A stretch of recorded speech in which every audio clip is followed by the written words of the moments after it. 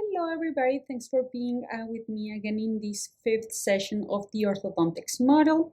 In this fifth session, we're going to be talking mostly about anchorage, forces, and retention after orthodontic treatment.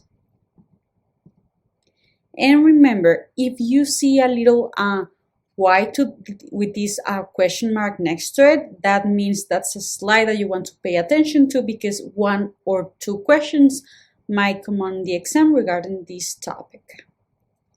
And first, let's start with anchorage. So, what is anchorage? Anchorage is the resistance to displacement.